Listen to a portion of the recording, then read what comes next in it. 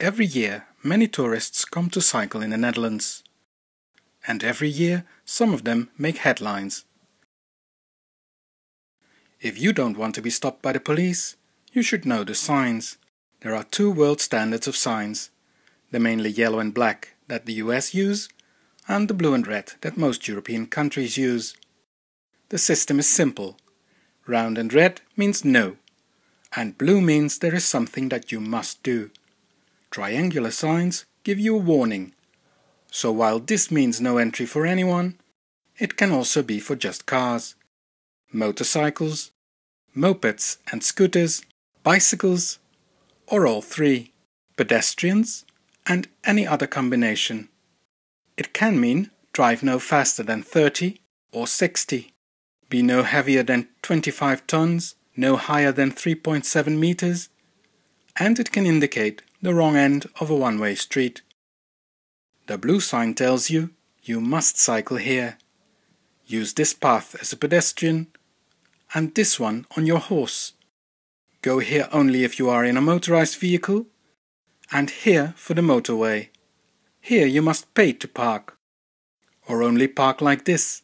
Park here to load and unload only, and here if you are in a bus or handicapped.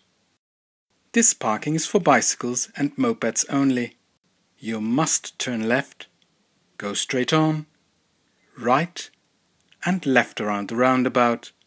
If you are a driver, this is the way to choose your lane.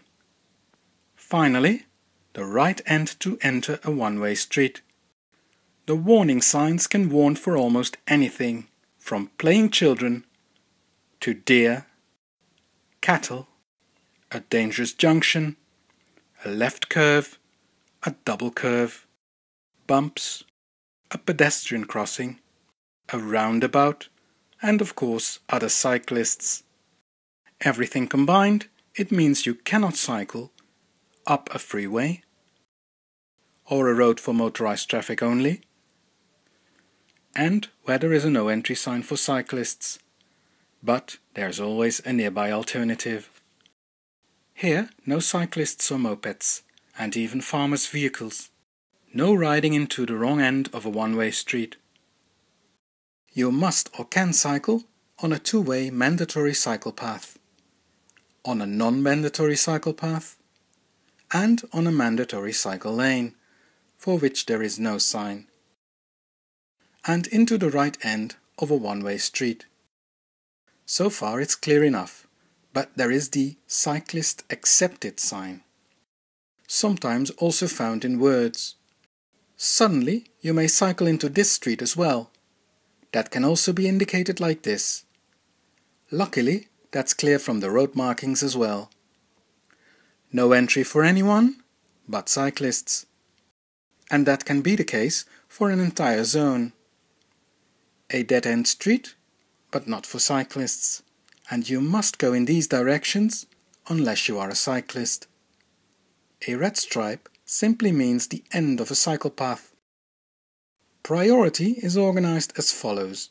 On a normal junction, traffic from the right has priority. On the same road, turning traffic has to give the right of way to traffic going straight on. But there are signs that change these basic rules.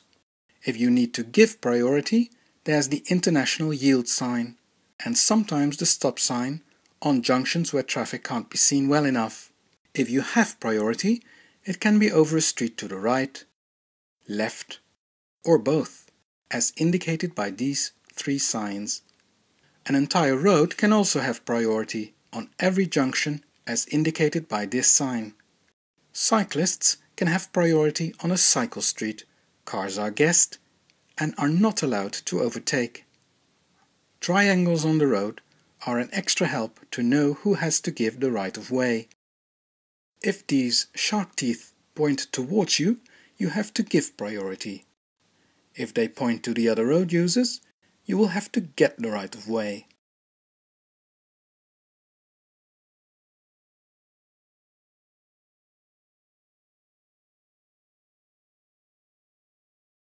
If there are cycle traffic lights, those are the ones you have to obey.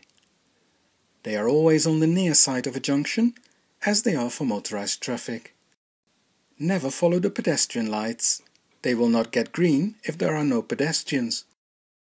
Usually, there are also lights at eye level. Sometimes with waiting time indicator. For wayfinding, you must never follow the blue signposts. They are meant for motorized traffic. Cyclists have their own red on white signs. The blue signs may lead you in the wrong direction. And they could mean a 4-kilometer detour as well. When you have reached your destination, make sure you park where that is allowed. This is the general no parking sign, which looks like this if it is meant for cyclists. You can find it on the pavement too. It can also come with a time limit. If you were to park here, your bike may be removed. Confused? There's no need. Cycling in the Netherlands is really very easy.